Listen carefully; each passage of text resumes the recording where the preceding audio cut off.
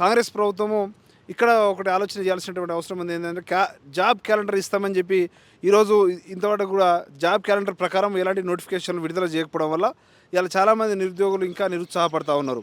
వారి కోసమైనా ఖచ్చితంగా ఏదైతే జాబ్ క్యాలెండర్ ద్వారా ఉన్నటువంటి నోటిఫికేషన్లు ఏదైతే ఉద్యోగాల భర్తీ ఏదైతుందో ఖచ్చితంగా దాని ప్రకారం చేయాల్సినటువంటి బాధ్యత కూడా ఈరోజు రాష్ట్ర ప్రభుత్వం మీద ఉన్నది. రాబోయే రోజుల్లో ఇప్పటివరకు దాదాపు మొన్నటి వరకు కూడా ఇంకా రిక్రూట్మెంట్ జరుగుతూనే ఉన్నాయి. మొన్ననే ఏయులని ఇంకో డిఫరెంట్ ఉద్యోగాలకు సంబంధించినటువంటి ఇలా వాళ్ళ భర్తీ చేసినటువంటి వాళ్ళకి అపాయింట్మెంట్ లెటర్లు మంత్రులు కానీ ముఖ్యమంత్రి కానీ ఇస్తున్నటువంటి సంఘటన ప్రతి నెల 15 రోజులకు ఒకటి మనం చూస్తూ ఉన్నాం.